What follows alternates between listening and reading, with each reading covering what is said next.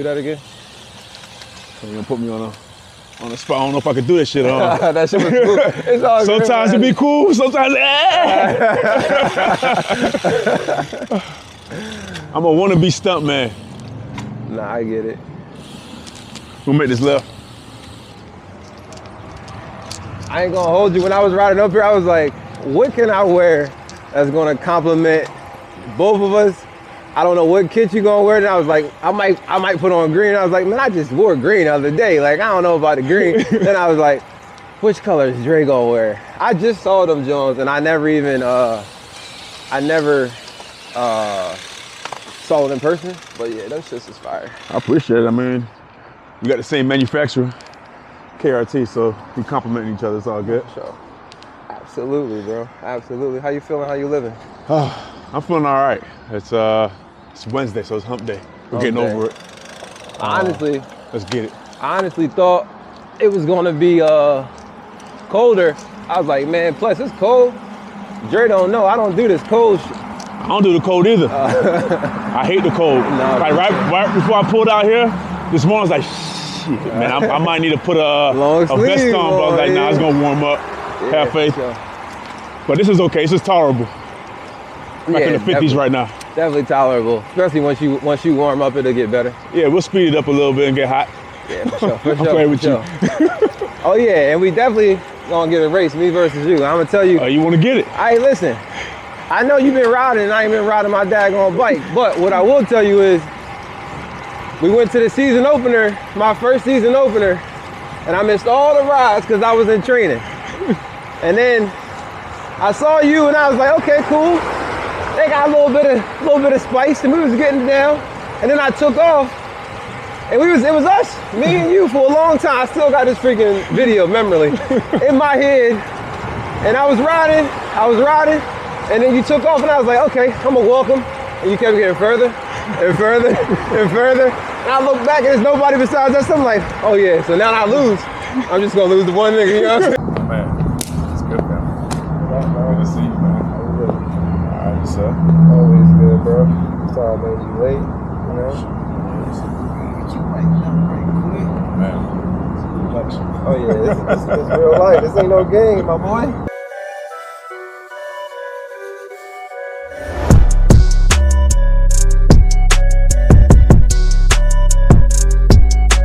Welcome to my city. All right, so we starting right now. The man, the myth, the legend, Andre Campbell. How you feeling, bro? Feeling great. It's good to be out here on a bike, you know? Like every time I come on a bike, I'm in a good place, so I'm happy right now. Good place, new scene. Welcome to Richmond, Virginia. This is my adopted city.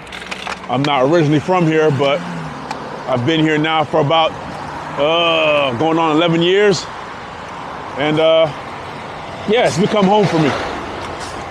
It's a little quirky, but I love it. Got my family, I got my friends here now. So where are you originally from? Whew. People think that I'm an Army brat because I've been all over the place, but I'm Jamaican by descent, born in Newark, New Jersey, but I spent most of my time growing up in Miami, Florida, and graduated from down there to go to school in North Carolina, and then had a short stay in New York, and then ended up staying down here to be a dad. Gotcha.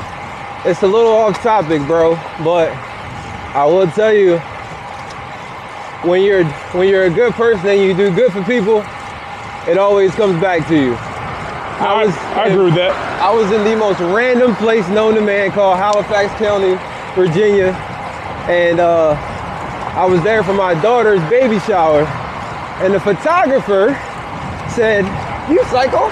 I said, "Yeah." She said, "I know a guy that cycles." I said, "I know a few guys that cycle, so who is that guy?"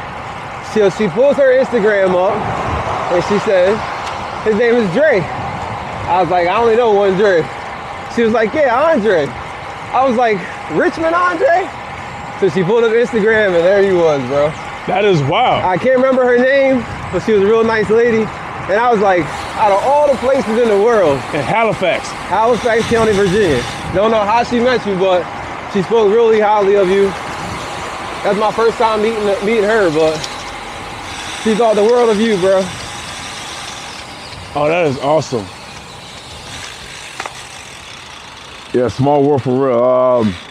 I can't remember her name now, but I'm thinking it's the photographer that we met up in Libby Hill early last year when we were trying to get a photo shoot for our new kits. And we were gonna try to shoot it ourselves. And then while we're up there was a photographer just taking some landscape shots of the city, asking us if we want to borrow her light. And we said, sure. She ended up taking some shots of us, and like it came out amazing. And I just shot her a couple of dollars. I'm like, yo, greatly appreciate it. It was great shots. I mean, it's up on the Instagram now, but yeah, I think it was her. I can't remember her name. I'd have to look that back up. No, for sure. But that's crazy that you connected with her. Yeah, it was small world. Small bro. ass world. When she said Andre, I was like, Dre, from Virginia? She was like, yeah. Like, that's crazy. That's dope though. So where did you say you went to school at?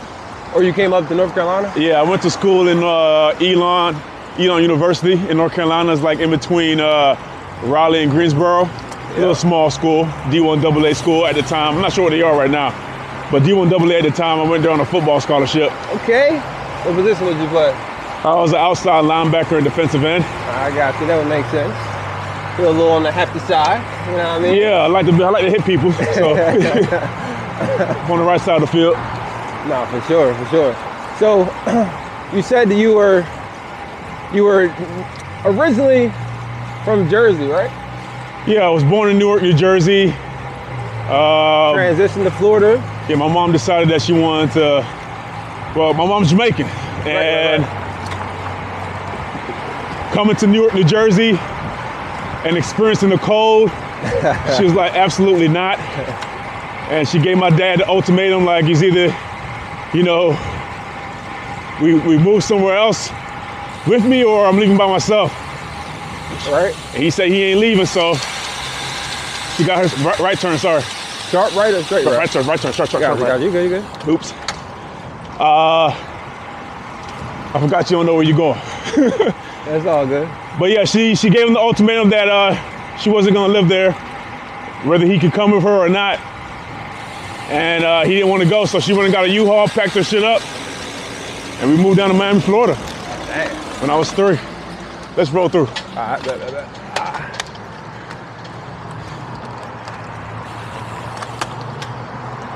That sounds like a great move though. I ain't gonna hold you. I mean, From Jersey to freaking. I ain't mad at it because I absolutely can't stand the cold. I got you. Yeah, growing up in Miami, Florida was yeah, definitely in the blood.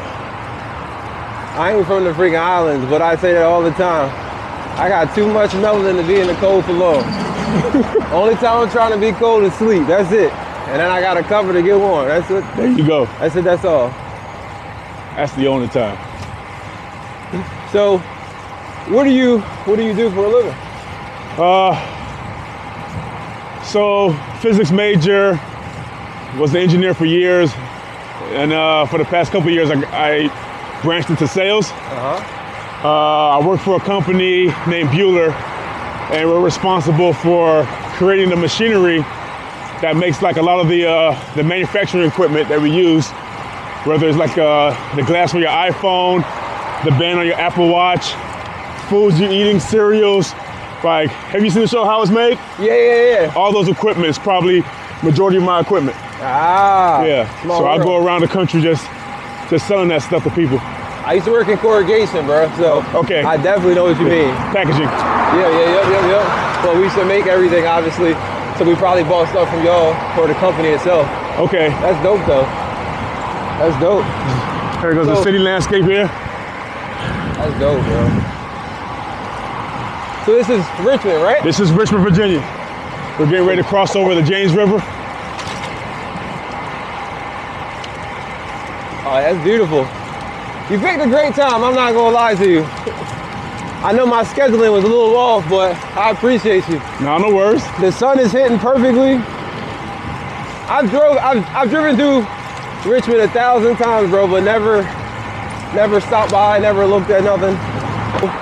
You have babies, right? I got babies. Babies, how old are they? Well, they ain't babies no more. But I got 3 kids. I got a 12-year-old daughter, an 8-year-old son and another about to be 7-year-old son. Ah, blessings, man. That they are. Difficult at times. Make life a little bit challenging, but it's all worth it, right? So, I guess this is a two-part question.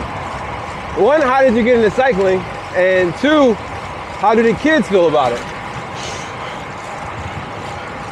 We'll get to the kids part first. My kids are we'll make this right up here. I got you.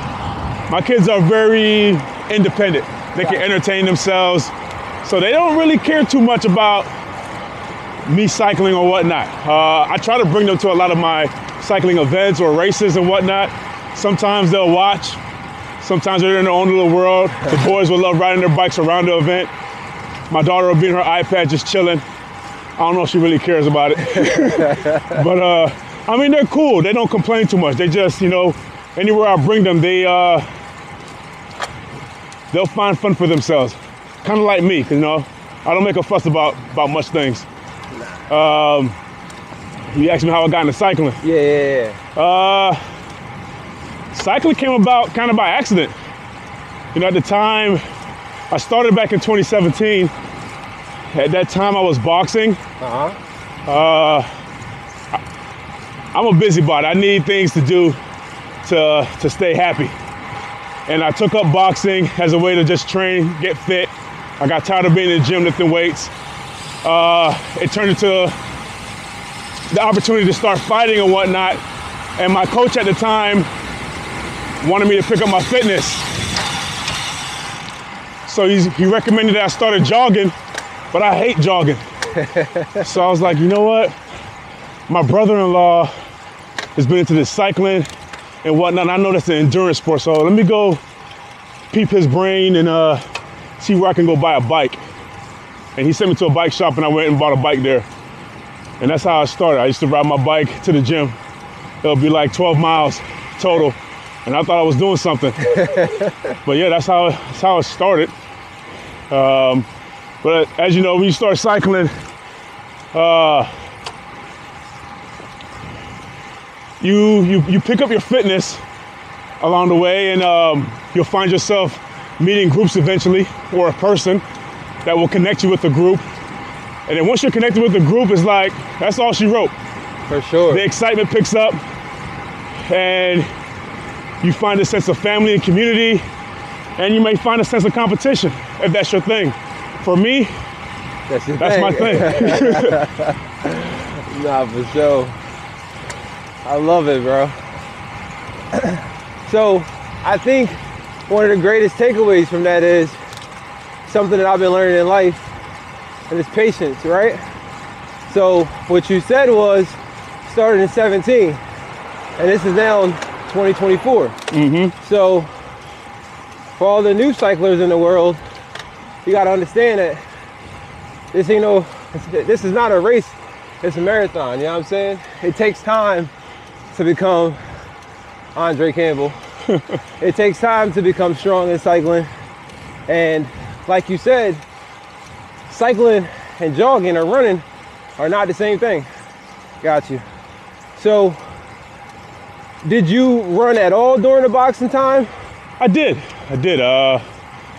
I mean, being a football player as well, you have to run as well. Right.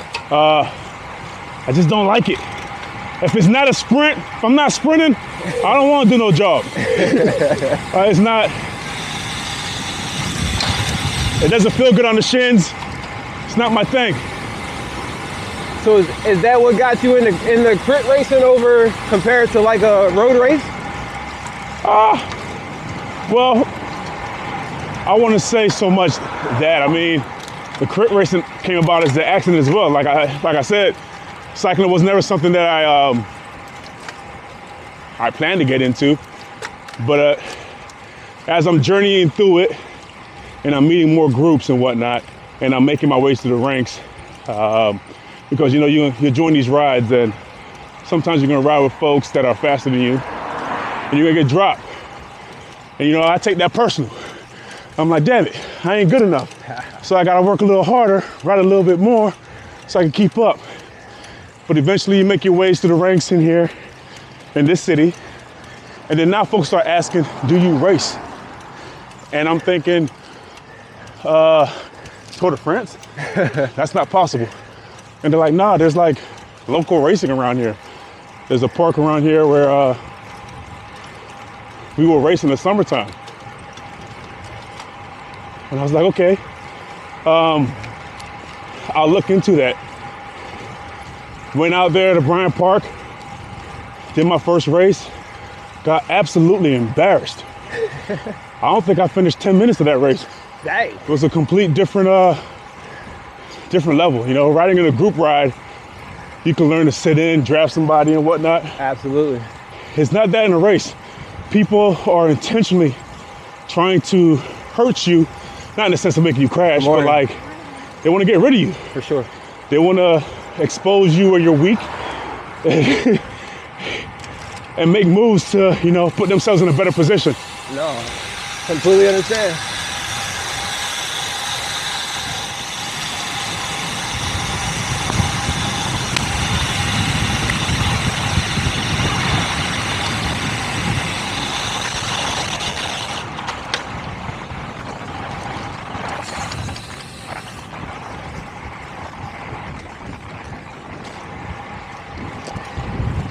I got a little trigger happy there, my bad. No, you're good, you're good, you're good.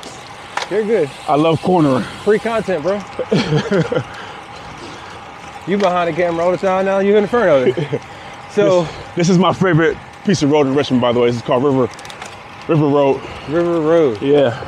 I like the scenery, the blind corners. Yes. I'm a freaking motorcycle guy, so. Oh, me too. I love it. Really? What'd you ride? Everything, bro. So one thing about me is I'm gonna get a car and I'm gonna have a motorcycle. The older I get, the motorcycles are a little bit more, all right, if you rode, you know. Yeah. You get that feeling, I shouldn't be doing this.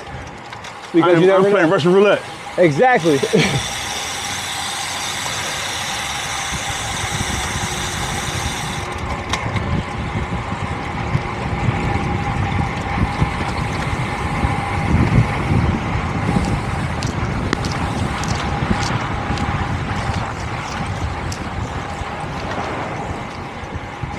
So that is 100% me, but I'm the wheelie guy, dragon knee guy. Yes. Ain't got no such chicken strip. I don't even know what the fuck that is. But I got hit off one time, bro, by a cop, and it fucked me up for a while. So I've just been thinking, you got something to live for, and this ain't it. Cool it down. Yeah. We're gonna make this right up here. Yeah, I was wild like that too. Wheelie in, dragging knee, doing all kind of reckless stuff, running from the cops as well.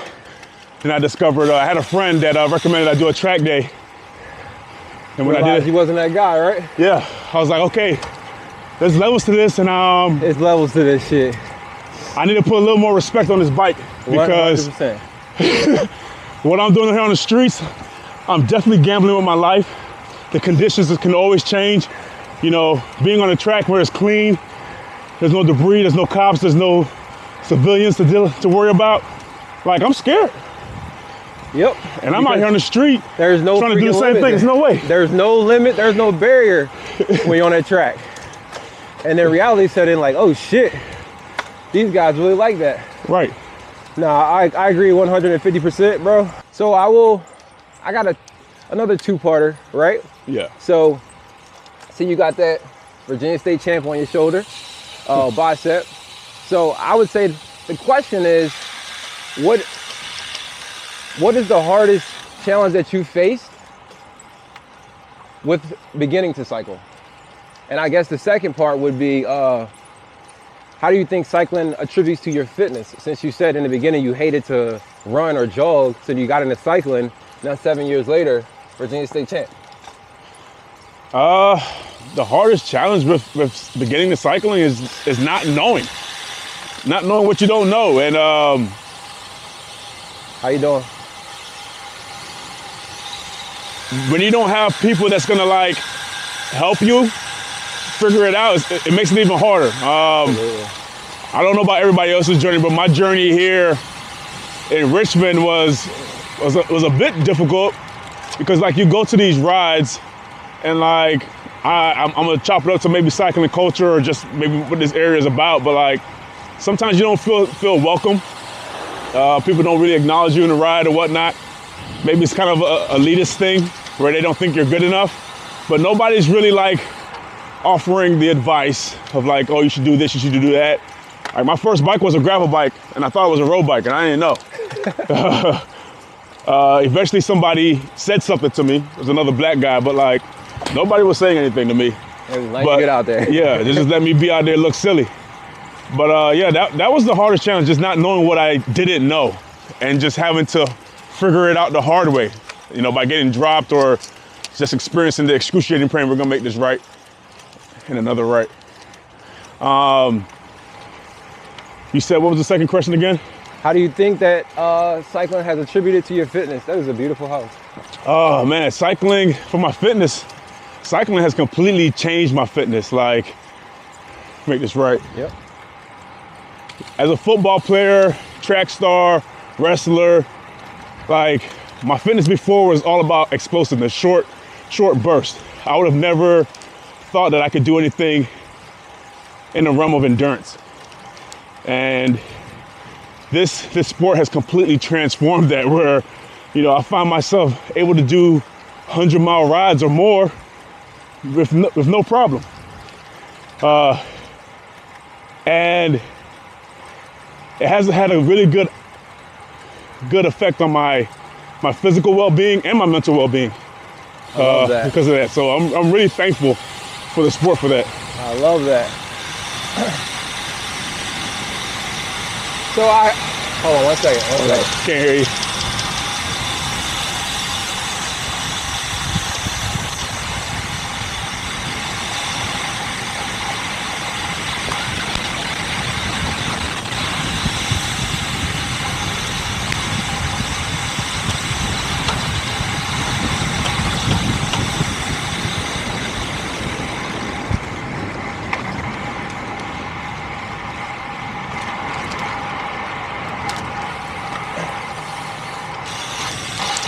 So tell me a little bit about the Virginia State Champ. How did that come along? What does it go into detail about? So I am 2024 Masters 35 plus Virginia State Champ. We competed in this back in July down in Hampton, Virginia. And I would not be able to have gotten this without the support of my teammates. I had a couple teammates in the race with me, Jamal and Ryan Stava. And, you know, they did their roles, perfect execution. Jamal supported me in covering the break, making sure that I couldn't get bullied in the break. When the break got brought back, Ryan did a great job getting to the front of the race, keeping the pace fast so that another break couldn't go. And then right last lap, he gave me the perfect lead out. Started my sprint probably, let me make this right turn right here. I think I was a third wheel. Third wheel was Ryan, a guy from ECE, then myself. Ryan gave it the beans. I let the guy from ECE filter in behind him, and I plan on using him as a lead out as well. And then when I saw him starting to rock, I just took off. Everything I had. Nobody could come around, so it was a very successful race. It took a lot of patience and trust out of me to get it done, but like I said, it was a team effort. So I'm really thankful for my team for allowing me to get that done and trusting in me to get the job done. Right? I'm gonna make this right turn, yeah. Car coming. Sorry about that. Yeah, you're good. I keep forgetting you don't know the route. Nah, you're good. We skipped almost the most important part. Carbon 6 racing, bro. What is well, first of all, what is Carbon? And what is Carbon 6 racing? It's carbon racing. People say carbon 6, but it's carbon. So we just take the B out for the 6. I got There you go. Yeah. Easy. So I'm a physics major and I'm a nerd, and I was thinking of a name for a team. Well, the whole thing I was telling you earlier about, you know, coming into the sport and not feeling like the challenge for me is like not knowing what I didn't know. Absolutely. I didn't feel very included in these rides and so on and so forth. And it was just a hard learning curve for me. As I came up through the ranks and I ended up becoming the president of Wolfpack Alpha, a lot of the guys I was riding with were looking to me to want to race. At the time I was racing for Artemis Racing and also a local bike shop here called Molly's. But they kept asking me and pestering me about, you know, having my own race team. I was like, I don't really want that responsibility. Like, Absolutely. Let's just join the team and we'll make it happen. It took some tension going on in the race scene here in Richmond to motivate me. It's like, nah, I think we do need to have our own thing. And then I said, okay, I'll do something. I got to come up with a name. And I wanted something that had a really strong meaning. And the first thing that came to my mind, well, I was thinking of my culture. You know, I'm Jamaican and my people come from a set people called Maroons, which were the ones that fought against slavery. And to this day still have their autonomy. So I was thinking something maybe along that lines, but I was like, nah, everybody's not Jamaican. Then I thought about diamonds, because diamonds are built under pressure. Absolutely. So I was like, I don't want to be diamond racing. That sounds too cliche. So I was like, damn, what is a diamond made of? I'm like, all carbon. And I was like, shoot, let me look up the periodic table of elements. I looked at the carbon. I was like, there's a 6 there. I was like, wait, I can remove the B and put the 6, which is the atomic number. I was like, boom, carbon racing, which is really diamond racing. So we're built under pressure, which is true. That's like what cycling is. Like, every time we are under some strain, we get better. And cycling, in my opinion, is a metaphor of life. You know, life is the same thing. Life is going to always put you under pressure or give you some kind of adversity to overcome. And we just got to keep pushing through. So we push through life, we push through cycling, and we all get closer forward. Carbon racing. Carbon racing. Hey. That was too smooth, bro. When you were asking me to think of a route, man, you had me pondering for a second. I was like, damn, what route do I take you on? But I was like, you know what? Because I was like, you know, as a racer, there's so many routes that I like to go because I want to go fast. Right. But this is my favorite route in Richmond because one, it's beautiful. You get to go around the city and I get to chill. And if there's one thing I appreciate now as a racer is the ability to chill. No, for sure. I love chilling. So you just cruise around. Yeah. But you still got work, you know what I'm saying? Yeah, you still got the hills, you still got straightaways if you wanted to actually hit it. And again, like you said, you got the windies, the bendy roads and whatnot, so it still gives you that feel of being alive. Right. So you get a little bit of work and fun at the same time. Well, we're gonna get some hills when we start going through University of Richmond. God dang, man, we already just hit some hills. I'm sorry, man. You can't escape it here in Richmond. Nah, for sure. I completely understand. We're gonna make this right up here. So, I know cycling sometimes is scary because there's accidents. So have you ever had any scares or any accidents or? Yeah, I've had a few tumbles. It comes with the sport. I mean, you rode motorcycles, you know. Absolutely. People say, man, if you ride, I think Cat Williams said that. If you ride, you're gonna fall. Yeah, period. And the same thing with riding a bike. You ain't never been down, you ain't never rode hard. Left turn. I think even if you're a leisure cyclist, like accidents happen. You know, people when they first get clipped in on a bike, forget they're clipped in, come to a stop sign and tip over like a tree. It's gonna happen.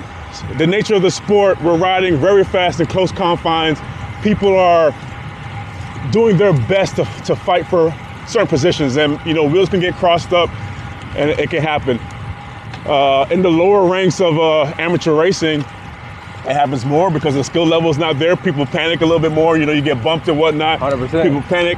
In the higher ranks, fortunate for me, being a Cat 2 racing with the ones in the pros, less likely to happen, but it does.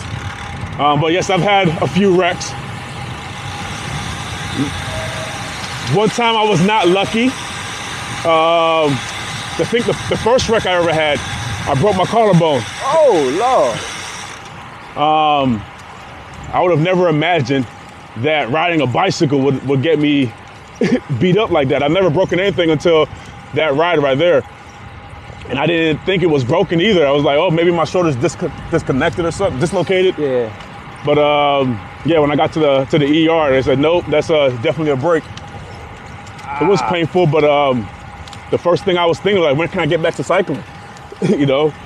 Got that itch in you. Got that itch, got that drive. It is what it is. Within 2 weeks, I think less than 2 weeks actually, I was back on my trainer. In about 2 weeks, I tried to go back outside and whatnot. I had a friend in the area that was giving me a lot of heat for being silly and getting on the bike, but I'm very stubborn. I think that's in everybody, especially when you find something that you're passionate about. Let's make this left here. And that you actually enjoy. No, the next one up there. Next one? Yeah. Got you. Speaking of accidents, bro, I was minding my business in DC at the monuments about 2 weeks ago. Yeah. And I went on the grass and tried to get back over, flipped the whole bike over. So believe me, I get it. Watch the cyclist up here. Left turn, yeah.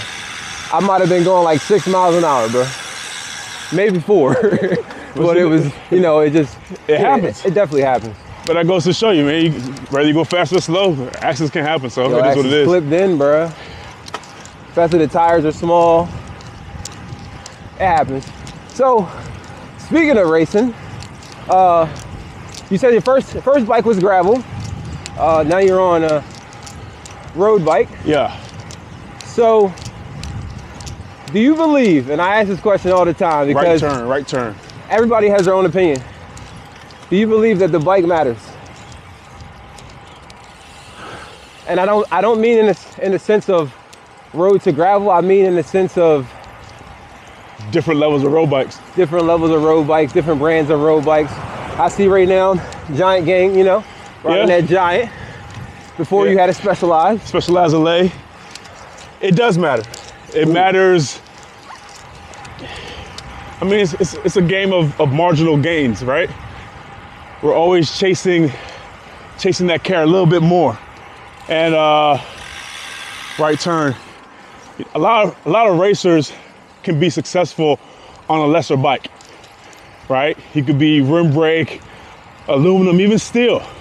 Go OG on it, 9-speed, and still be successful. Because maybe you're a really strong cyclist. Maybe your FTP is really high. Maybe your watts per kilo because your lighter is very high. So it works out, balances out. But you will get to the point where like you're going up against somebody that is equal to you in terms of your strengths.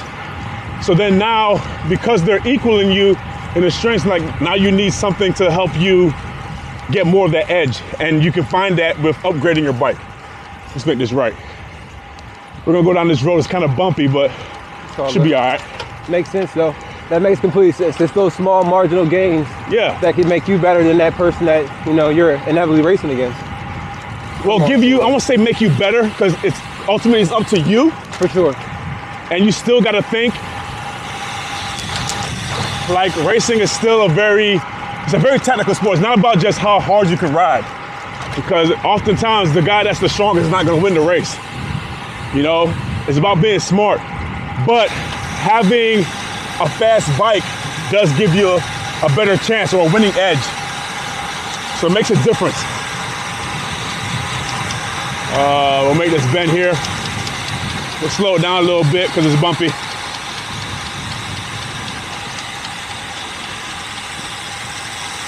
Like my previous bike, the LA, was a great bike. It was stiff, it was strong because it was aluminum. How you doing, guy? But this is a lighter bike. This is all carbon fiber. It has 12 speed versus 11 speed. Everything's lighter. This is electronic shifting, which is quicker and it never misses. So yeah, because sometimes mine don't work. I mean, let y'all know that. And my brakes be breaking wrong all the time. I'm always just leaving them wide open because I don't have time or the patience to deal with it when I actually should. So I completely understand. Yeah. But with that being said, it does come with unmarginal prices. Oh, they cost a couple dollars for the better bikes. Listen, that has, I told myself when I first got into this thing, I ain't gonna be spending no $1,000 on no bike. Same. I didn't want to buy the first bike because it was $900 as a gravel bike. I'm like, nah, no way. Same. And you know, we rode motorcycles. You could come into the motorcycle scene and spend what, $6,000? $6,000. Shit, I might be able to go on Facebook Market, Craigslist at the time, and get a $2,000-$3,000 bike, no title, or even get the title, and you keep swapping them. Meanwhile, you can spend $7,000, $8,000, $10,000, $15,000 on a bicycle. Right. Completely understand, bro. Like, I'm gonna spend more on a bicycle than I do on a motorcycle. And I gotta put effort into this to actually go somewhere. Into it. And I'm never gonna hit the same speed. I got you. Never gonna hit the same speeds. Speaking of that, so Dre likes corners, and for all y'all good people listening, this may be known, but I'm going to throw it out there anyway. It is changing of the seasons, so I'm gonna let y'all know. When you ride a motorcycle, fresh cut grass and ice or water are the most deadliest things to a motorcycle. On a bicycle, I'm gonna throw this out here for all of you winter warriors. It ain't me, I'm telling you, I'm gonna be on the trainer. But freshly dropped leaves or leaves with rain on them, and obviously snow and ice, are the most deadliest things to a bicycle. So it would behoove you to be careful going on your bends, and if you see a leaf, go around it. Don't go through it, because I would hate for you to go down and break your collarbone. You do not want that. You will touch that flow. Just a little sidebar. You definitely gonna touch the flow. And then you out here by yourself, and you already understand the gist. So just be careful out there. Understand that your health is way more important than this bike and this life. So yeah, that's it. That's all, bro. I would like to ask though, there's different levels of racing, right? Mm-hmm. So Cat 5, 4, 3, and then 1 and 2. So 1 is pro, correct? 1 is not pro. See, that's why one is still amateur, but 1 qualifies you to be a pro.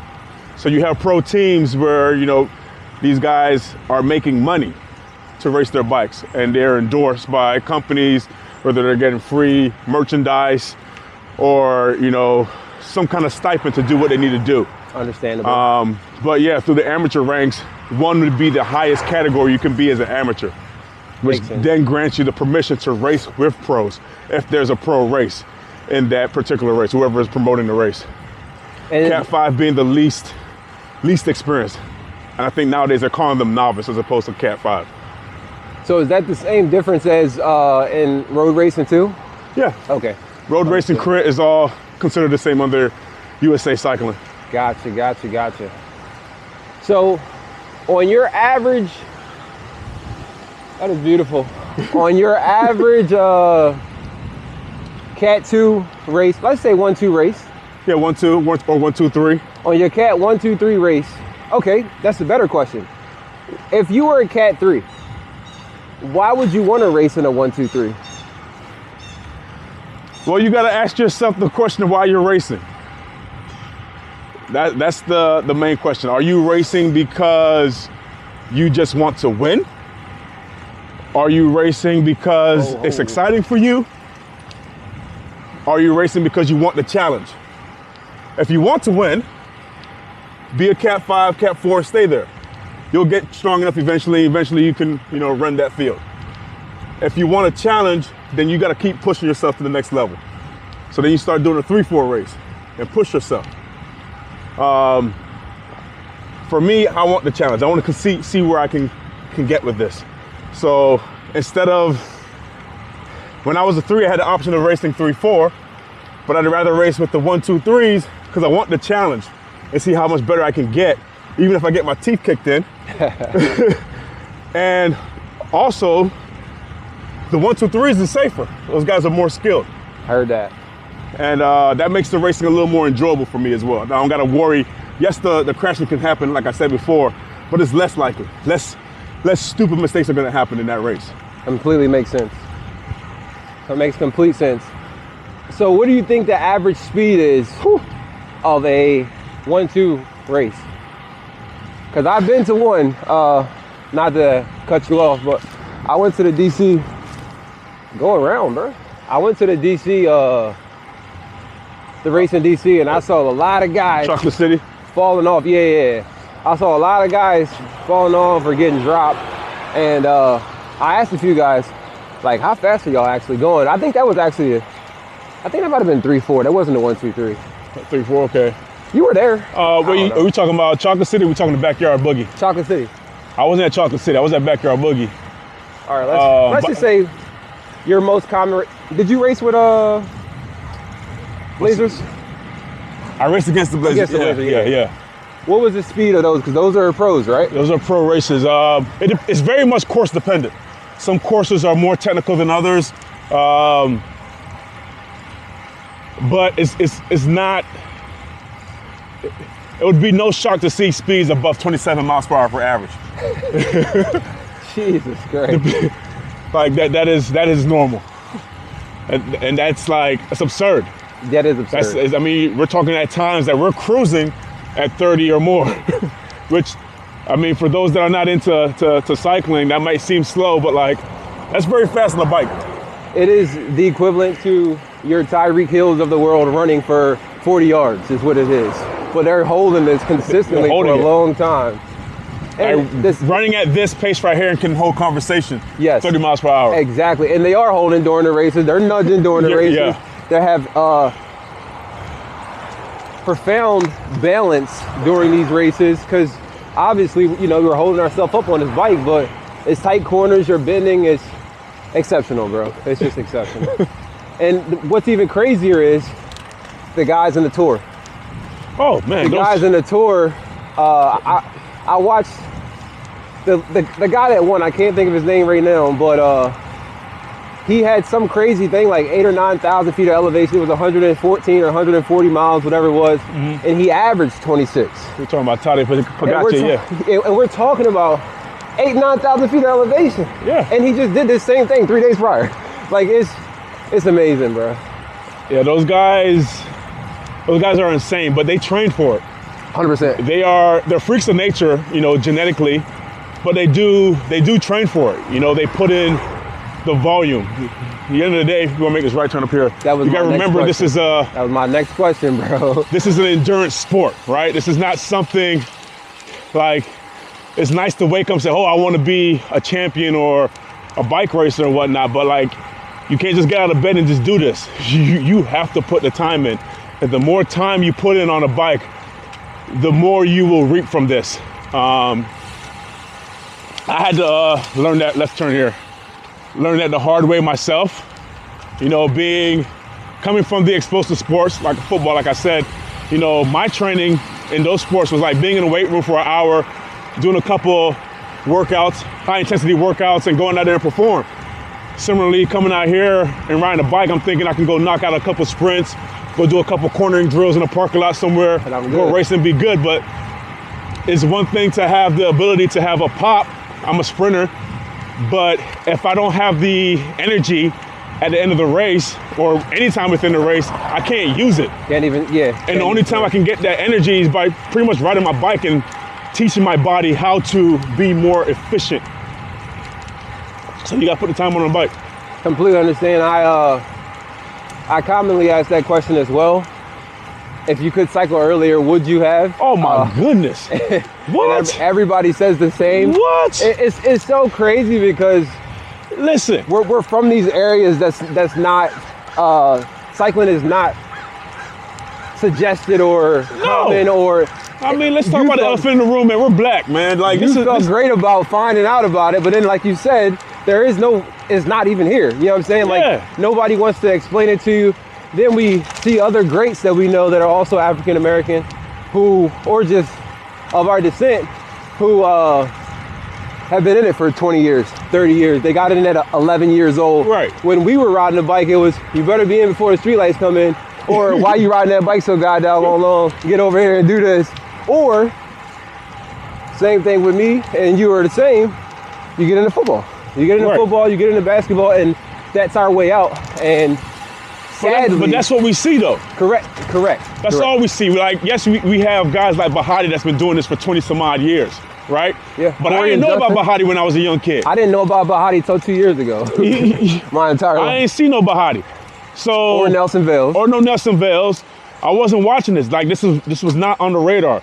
What I grew up seeing was, you know, basketball, seeing the Michael Jordans, seeing the Kobe's, seeing Ray Lewis's, Deion Sanders, you know, like, oh, that's somebody that looks like me. This is something I can do to compete. I would have never thought that cycling was for us. You see, you know, no offense, but a bunch of white guys riding bikes and they're small. Like, what am I thinking my big muscular behind getting on the bicycle trying to compete with these people? Bro, but that's not true. It's possible. Obviously, you see here. Coming from a small guy, I will attest to that same thing. I've been small my whole life, never had legs, right? Yeah. And up top, I can always get big, but then my legs are always small. So people will say, oh, you skip leg day, do you even do this, whatever. Bro, I'll run you all day. I will literally ride a bike if I feel like further than you all day. But at the end of the day, people don't look at that because, like you said, their perception is to be fit, you got to be muscular, you got to be whatever. But if you look at the Tour, you look at the Bahatis, you look at the Justis and Corys. Well, I would say Corey. You got little teeny legs.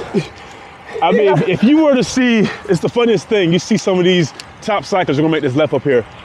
See some of these top cyclists out in the street in normal clothes. They're the most unassuming people. Athletes. Yep. You would never think that this is an athlete because, we got it. Like, they go against what we believe, how y'all doing? What the athlete's supposed to look like. 100%. 100%. We think the athlete's supposed to have this big muscular frame, really tall, whatever. But that's not cyclists, you know. Cycling is a sport that rewards those that are small. Small and slim. Kind of like horse racing, bro. Yeah, like a jockey. Jockeys, yeah, you're sitting on something that's powerful, but you got to be able to maneuver it and make it make sense. Like, I mean, we're going up this hill right here, right now. I weigh 225 pounds. I'm 167. You're 167. You're probably I'm putting out almost 400 watts right now. I don't know what you're putting out, but I'm sure it's less than mine. 100% only probably 200. Right? If we had to continue doing this for another mile, you'd be gone, man. No, for sure. I'm not seeing you. For sure. This is not for me. Now, you get me somewhere flat, it evens out. I completely understand.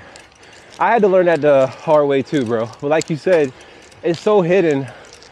So much stuff about it is hidden and you don't know. And then it's such a brutally expensive sport. Oh my God. That's the other issue when it comes to seeing more of us in it, or why you haven't seen us in it, is like, how are you gonna tell your mama that you wanna go ride a bike that's gonna cost thousands of dollars when she can barely afford to put food on the table? Like, boy, if you don't go somewhere with that. That's basketball, $8. Yeah. Used to be $5. Football, the same difference. And that's the sad part about it because we'll make this left. We just don't have that pleasure of access funds. So yeah, the entry into the sport is very high. It's hard to get into it. So unfortunately, it cancels out a lot of us that look like us to be able to access the sport. No, for sure. I completely understand. It's sad, but I think the more we bring awareness to it, you know what I mean? Like, the better it'll be. Mm-hmm. Especially for us anyway. I mean, and there's ways around it. Like, you know, we were talking earlier about, you know, having the high-end bike and whatnot. Like, there are bikes that you can buy used, you know, that, yeah, it's not carbon, not disc brake, but it's a bike nonetheless, and a road bike. And you can start on that. You can spend not $1,000, but, you know, maybe $300 to $600 on a bike and get started. Like, and you can train on that. It's just knowing what you don't know. If there's somebody there to help educate you, then it'll drastically improve your whole trajectory. Like, I mean, I look at my team, like, we're going into our third season, right? Like, we've been very successful as a team, a new team, but that's all because we've been well, I've been doing a great job pouring into those guys and teaching them the things that I had to learn the hard way. So their learning curve was short, and they just come out here, you know, they're already rock stars strength-wise. They just come out here and just get the job done. Dominate. Love to hear it. So that's another great segue, bro. So tell me a little bit about the team. Like how many people do you have in the team? What are the races that y'all are actually doing? If you want to, you can shout some of their names out. Okay. We could all get a, you know what I mean? I can interview all of y'all one day. We can spin back around and get a nice little interview in. So I got a small team, and I like for it to be that way. I believe more so in quality versus quantity, you know, and and I'm really big on camaraderie. So my team is small. We got about 16 people on the team. We have three ladies on the team, Lynn, Paige, and Tiffany. Tiffany came into the team recently, and she's been a rock star. Shout out to the queens. She's been making a storm at Chocolate City and Backyard Boogie this year, and we look forward to seeing what she can do this coming season. I have, we're gonna stay right here.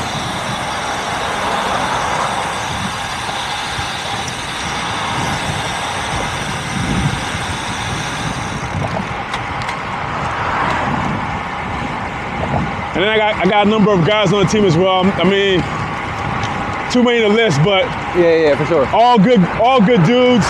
All started off as Cat 5 racers, and you know, very quickly majority of them are Cat 3 right now. So, I mean, they're doing really good.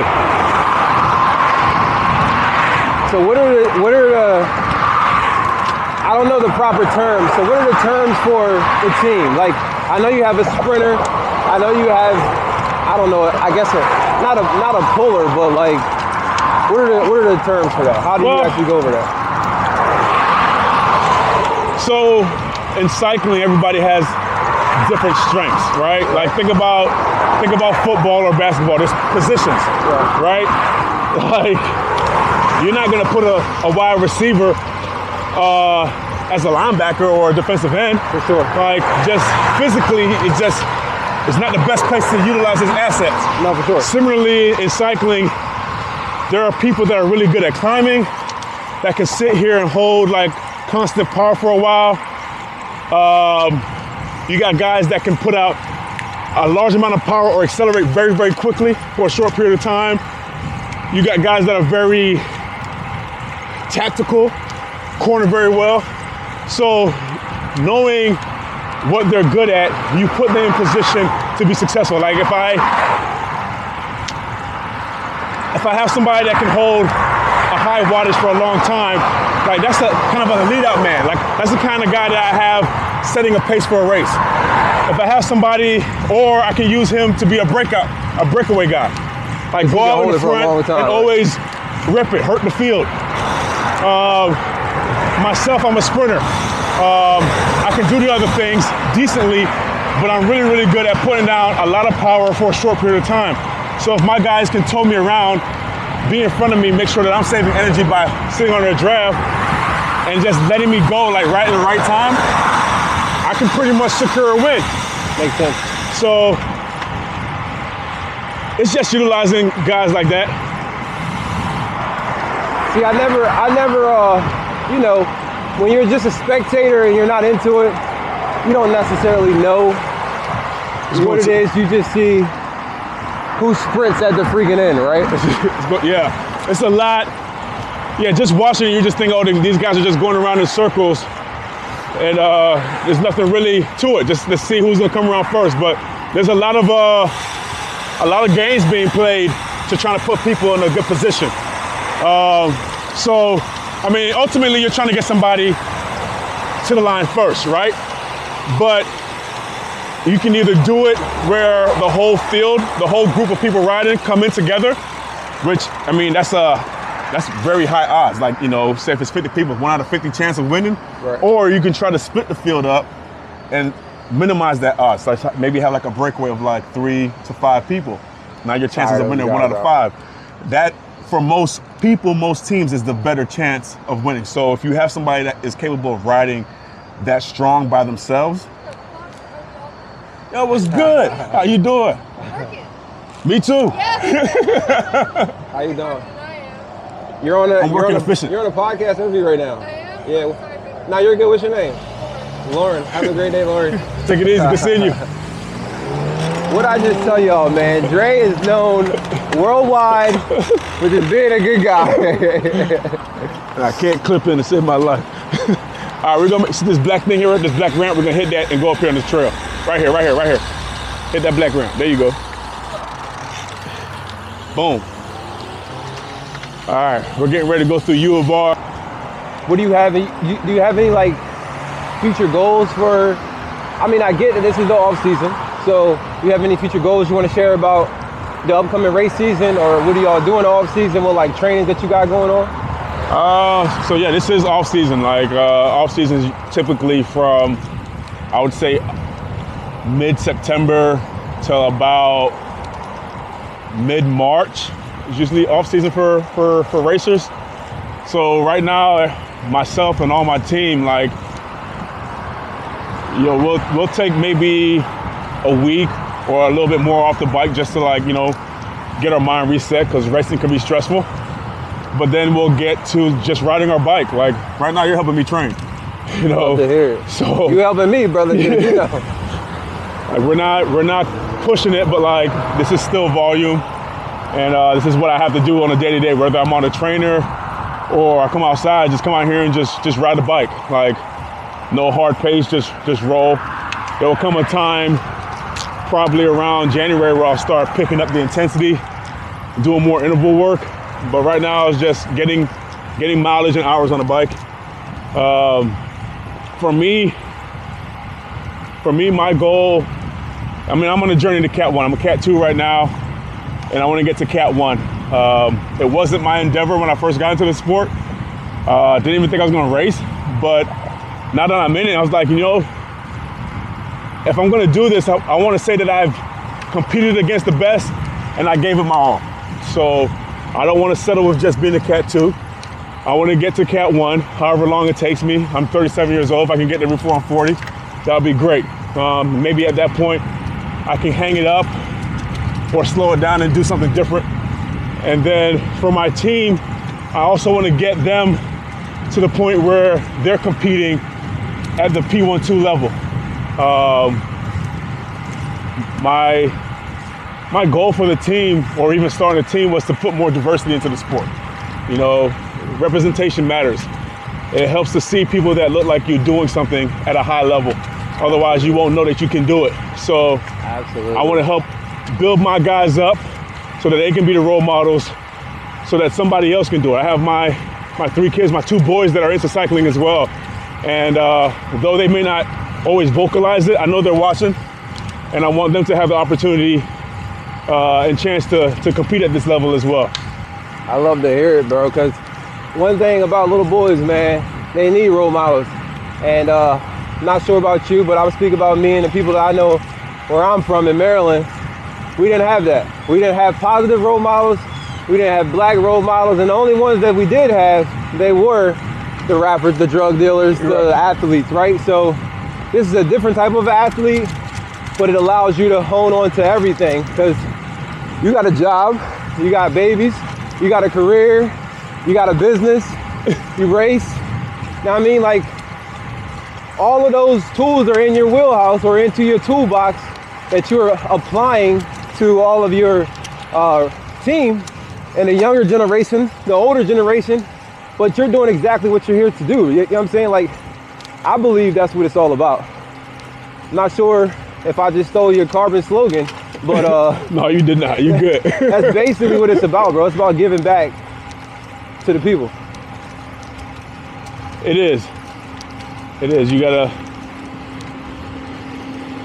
bring up those behind you, you know? No, for sure. Don't just open up the door for yourself, let yourself in. Goodbye, then.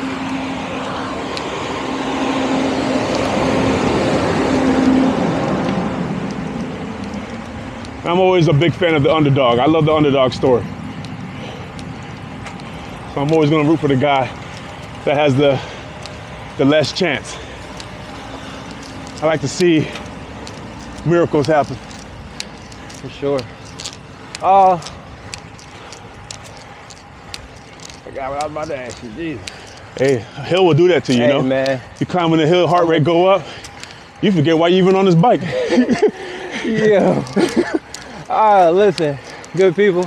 I am not on Andre level of cycling, and we ain't going hard or fast.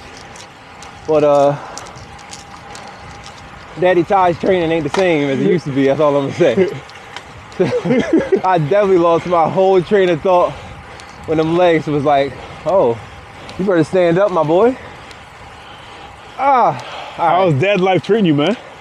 Bro, I'm gonna be honest with you, man. The older I get, the more I understand that it's a blessing in every lesson. Ooh, I like that. That's what makes this whole interview and stuff cool to me, bro. I've never been a people person. If you know me, never, bro. So I really don't like people solely because I watched my mom pour so much into people and got nothing out of it. It kind of like gave me a bitter taste. So like, you know how some people coach youth sports? Yeah. Never.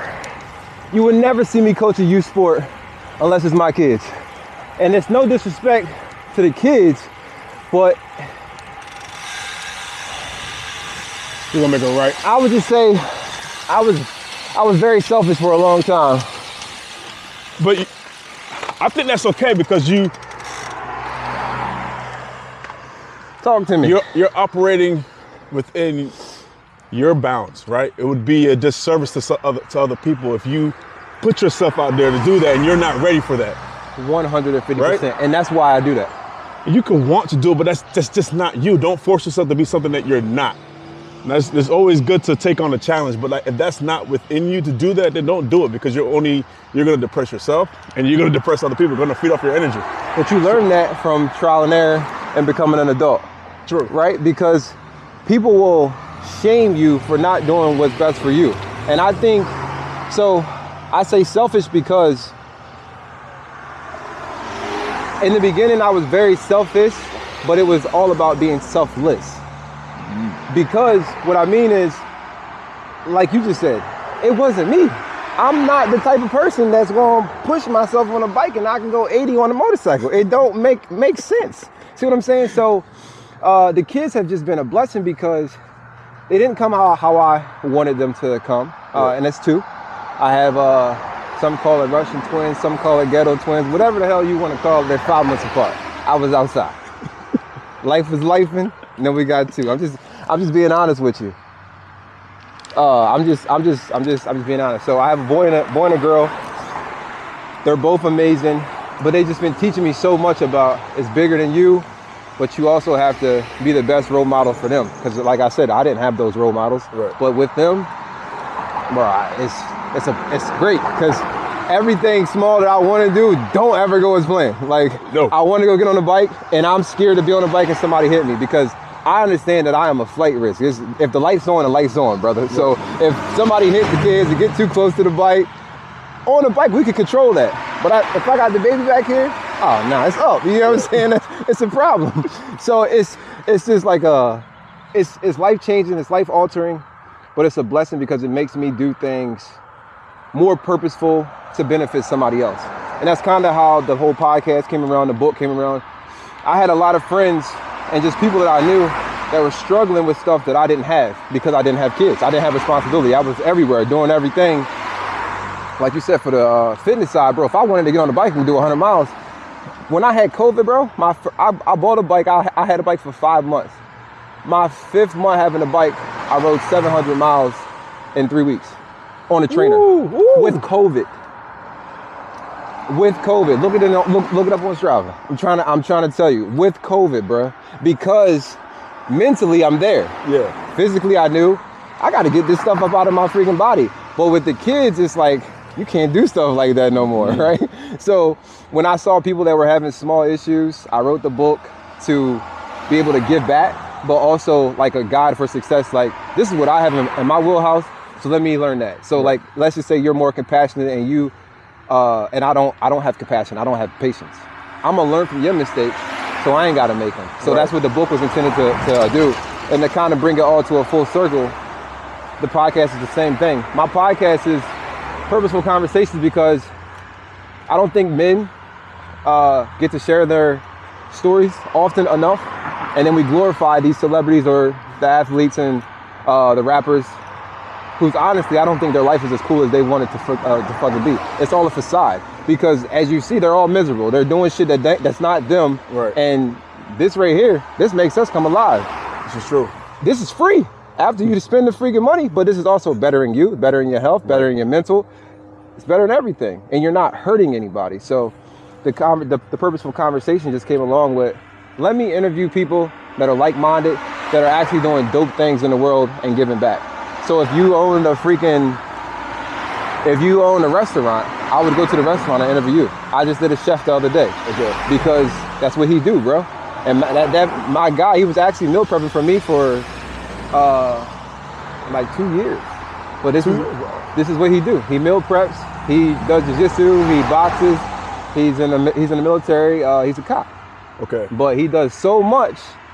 Nobody would ever know that if they don't see it, or unless they're dating them. You know what I mean? It's true. It's true. But so it's just small stuff like that. It's the goal to get back. There is more than meets the eye. Yeah. So to answer your question about the babies, I went off topic. I'm sorry. Nah, it ain't off topic, man. We said we're having purposeful conversation. Purposeful conversation. This is my whole purpose, right? So the babies are amazing, bro. The babies are great. They're amazing. They've taught me a lot. So when they hit 13, when they hit your kid's age, I'll be retired and I'll coach them. But I ain't coaching nobody else's kids. I ain't mad at you. Car back. I can deal with coaching guys within my age group and whatnot. I have patience for that, but dealing with kids can be difficult for myself as well. I can deal with my kids, but like to deal with somebody else's kids and like their mannerisms and stuff, I don't know if I have that patience. So I understand where you're coming from. It's hard. It is hard. Unnecessarily hard. I'm not doing unnecessarily hard shit because I'm the one that gotta live with this. We're gonna make this left here. I got you. I'm the one that gotta live with this life, bro. Right.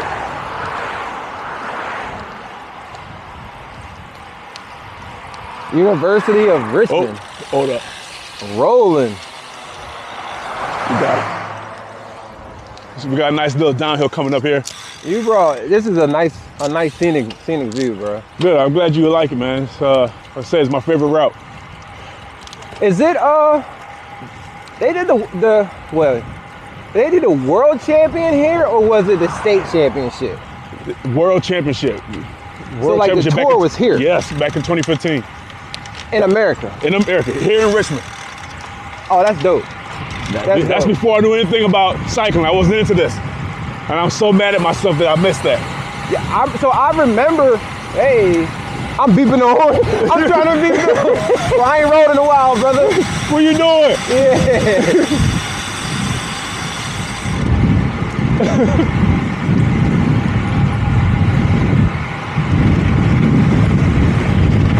Oh, you want to get busy?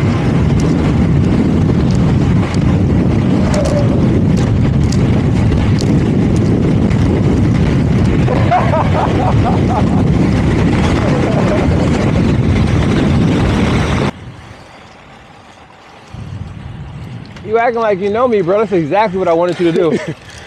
That worked perfectly. As soon as I look back, I could just feel it. Uh-oh, here we go. That's triggering for me, man. I love it. Once I see that ass leave the seat, I'm like, okay, it's time to get busy. I was in the wrong gear and everything.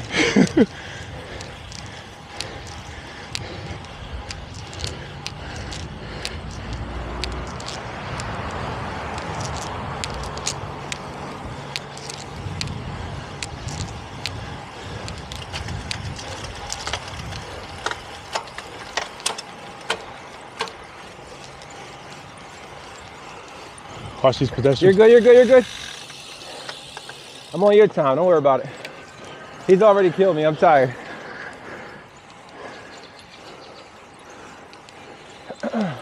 This was the last school I played in my college career. Richmond University? Yep. They're D2?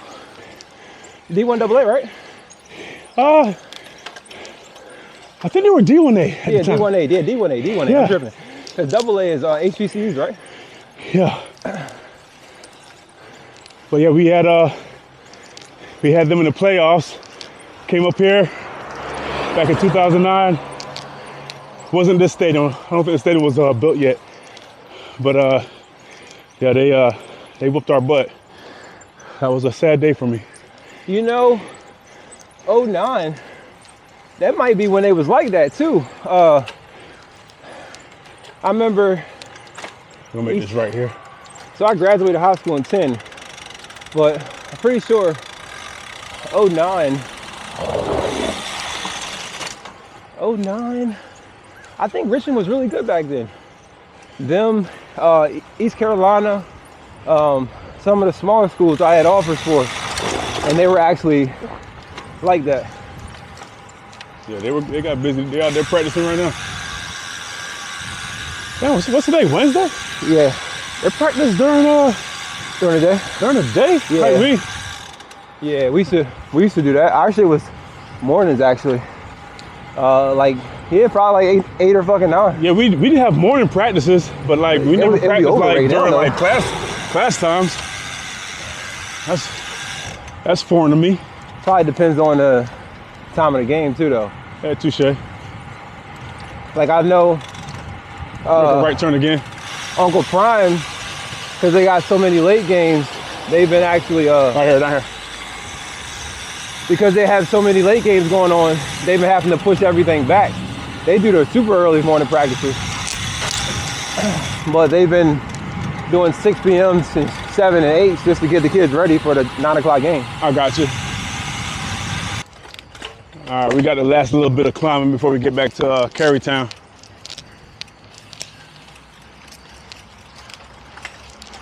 Good morning. Good morning. Doing good. You know, I used to hate climbing, bro, until I moved to Catonsville, and it's kind of just like a norm because it's like Richmond. You can't go nowhere without getting elevation. It's true.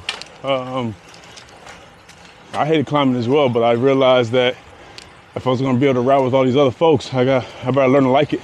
Not for sure. And do it more. FYI, the caption is going to be, I beat Dre in the race. Now listen, I like that. I'm not telling you how long the race was, nigga. But he beat me. He was in front. Nah, everybody knows what it is.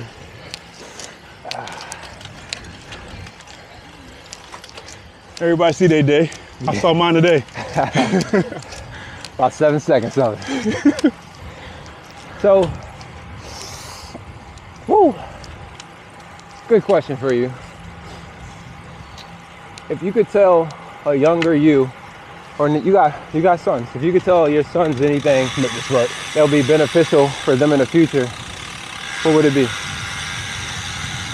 That you have learned about? A number of things. One would be like, be okay being you. Like, I love that. I grew up, I feel like I was different, you know, one being of Jamaican descent and going to school with Americans and whatnot. Like, I was sometimes ashamed of like owning that was my culture. I wanted to talk about it. Or I was like ashamed, like owning that, like I was eclectic with my musical taste. Like, and now that's the cool thing. I like rock music. I like country music. I like reggae, hip hop. People like to sing some R&B sometimes. But like, just own you. And it's okay. Like, don't worry about people picking on you and whatnot. Like, the thing that makes you different is probably gonna make you stand out in the future. So that's one. And then the other thing is, don't shy away from hard work. Like, it will pay off. I grew up without a father, and I'm very thankful that I had a really strong mother. So when she was aware, or when she could, she would push me to do do things, but sometimes I wish I would have applied myself a little bit more, especially like academically.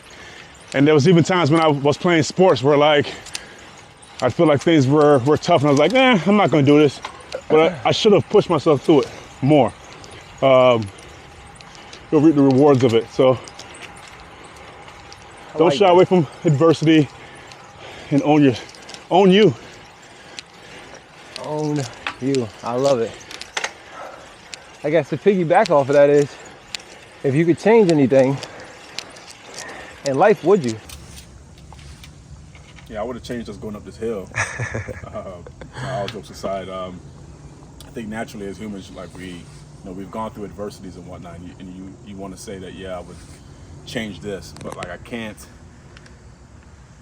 I wouldn't be who I am if I did change those things. And I think the things that happened to me, even if they were bad things, or I think were misfortunes, I think made me who I am today.